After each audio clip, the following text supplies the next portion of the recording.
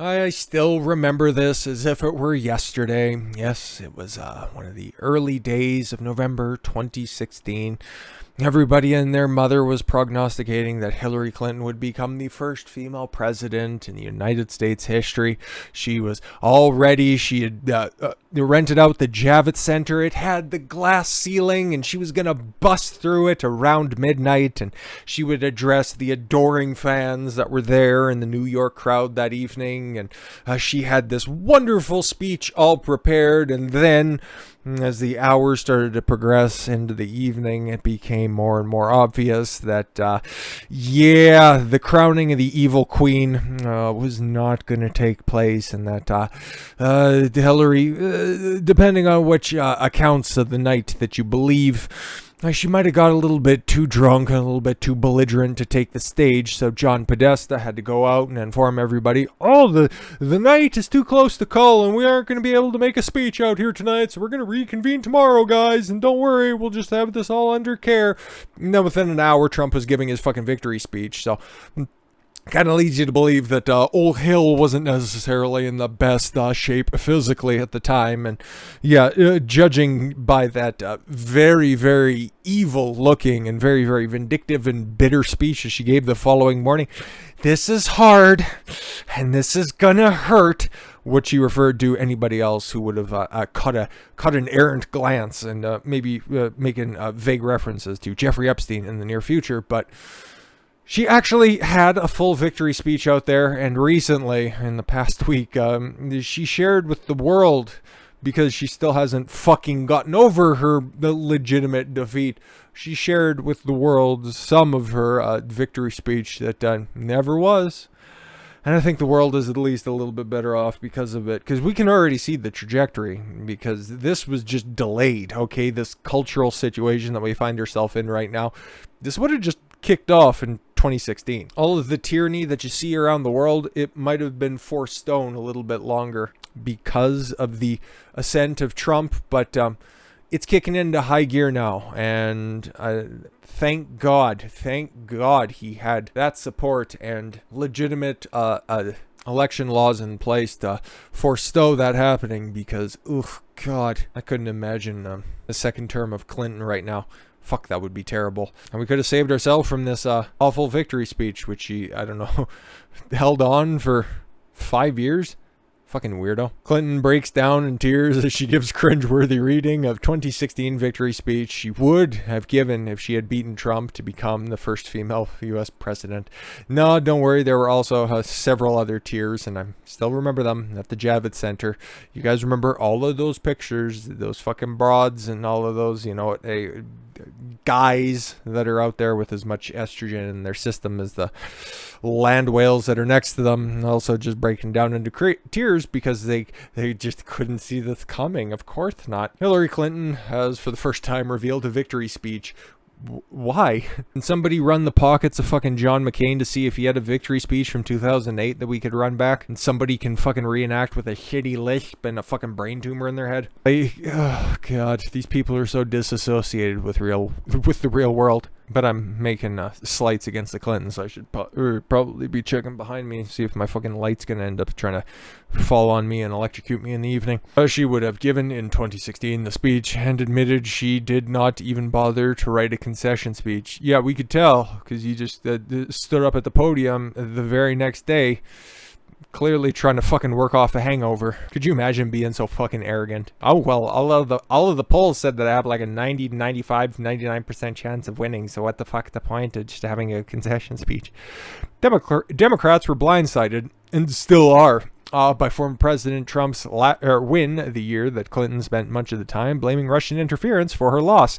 Yeah, once again, just one of the most obvious displays of projection, which had later been confirmed by the DNI. And the only people who were pimping out the Russians to try to get information was the Clinton campaign. The former nominee who earlier this year boldly declared that she would never get out of the game of politics. Fucking don't threaten us like that. She proved that she had not gotten over her loss as she shared the speech on NBC News, a new masterclass streaming program or platform, which features lessons from luminaries of all walks of life. What the highest position that she achieved was Secretary of State that she was appointed to.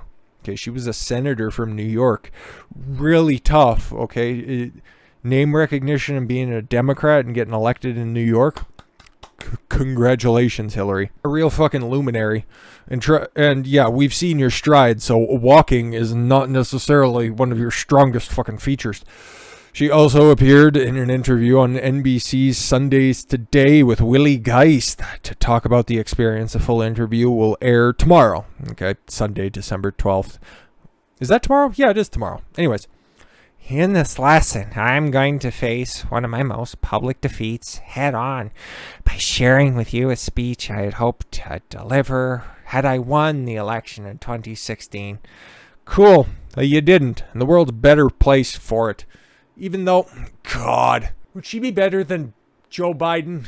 God, that's a conversation to have at a later date. I don't know if there'd be that much of a difference. Okay, she would at least, I don't know, inspire fear in other world leaders, and maybe the United States wouldn't be a laughingstock. But I also remember her physical shape during the campaign trail, so maybe this is about as good as she can look on camera in a controlled environment, and maybe the rigors of being president. Oh, God, I still can't imagine that timeline, but if we were to live in that situation, maybe she wouldn't have lasted that long. I don't know. I don't wish anybody death, but for somebody who is, I don't know, wished and had death executed on so many other people out there, I don't think it's fair.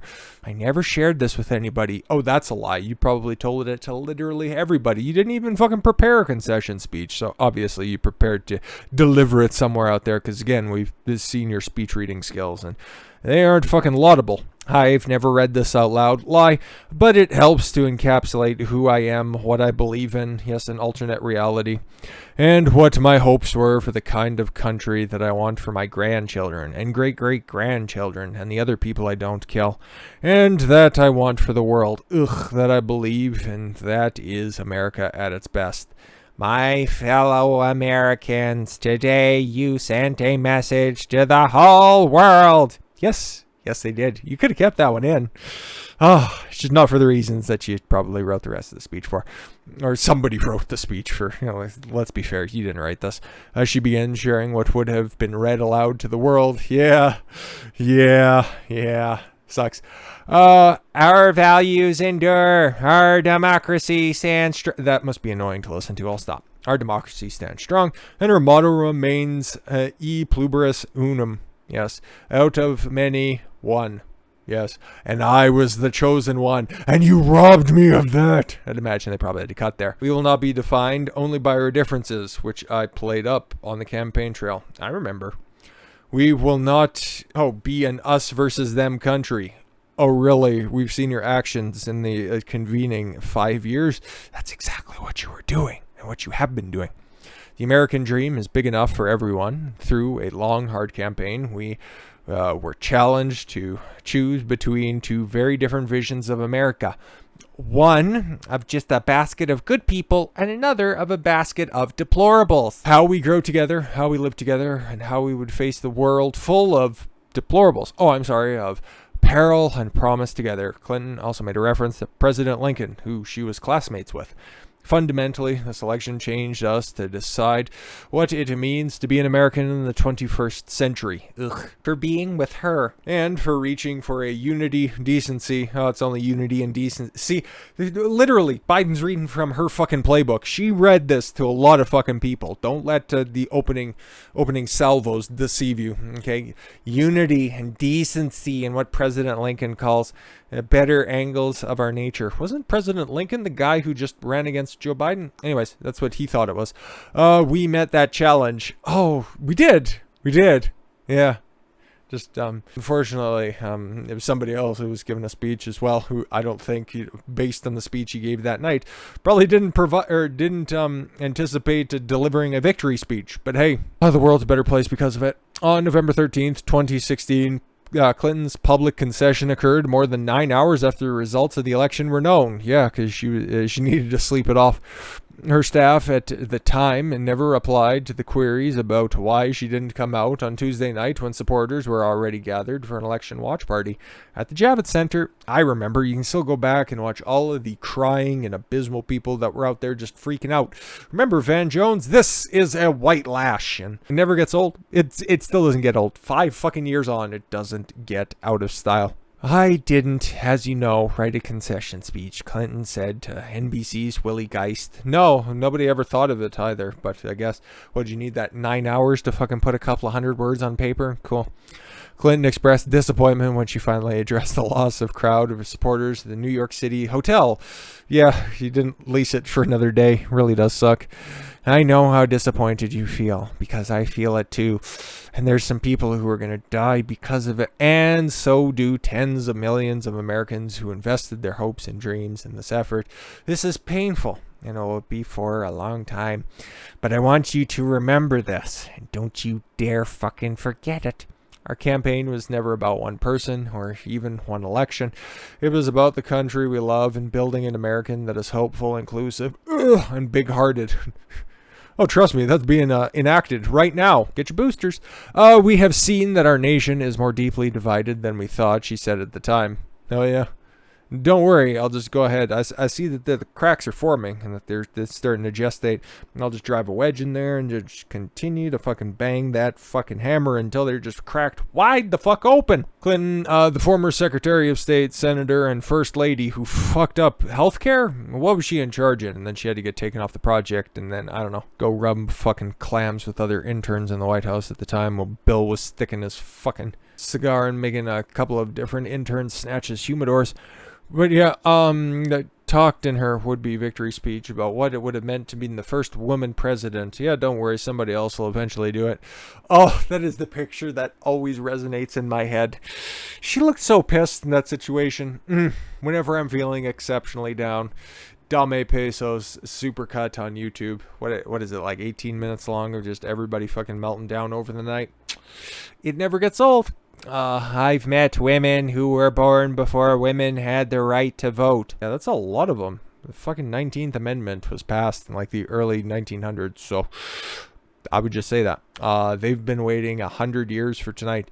So yeah, you probably met every woman that you've ever met. Except for her, maybe. I don't know. Could be a robot. Speaks like one. I've met little boys and girls. Oh, God. So is your husband, who didn't understand why a woman has never been president before. I could give you a list of reasons, but this video is already getting long enough. Now they know, and the world knows, that in America, every boy and every girl can grow up to be whatever they dream. Even a failed presidential candidate.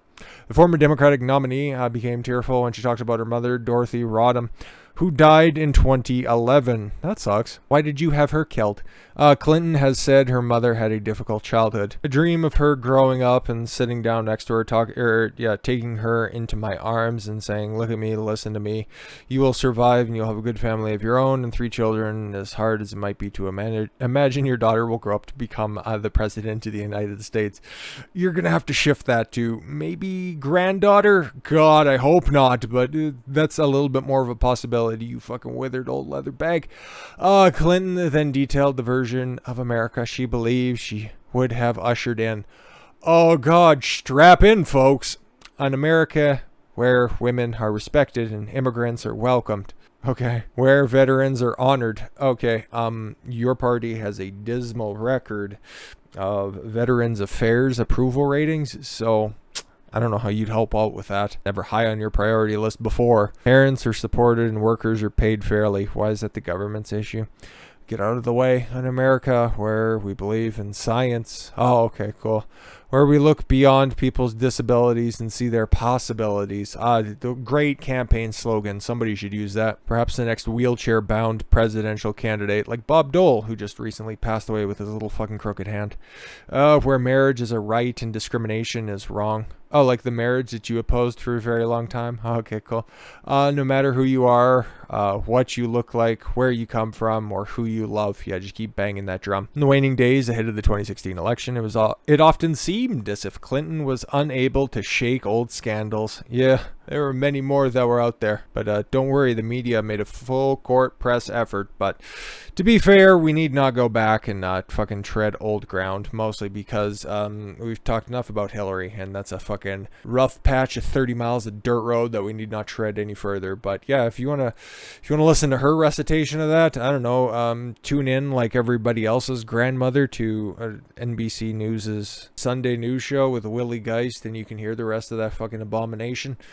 Because obviously, yeah, she's worked through this stuff, and I'm never going to leave politics because I don't want to waste this victory speech. I don't know, run for comptroller in Chappaqua, you fucking old withered cunt. With that said, I thank you all very much for the gift of your time. I've been Don Consuelo. I want you to follow your gut and get after it. Take care, everyone.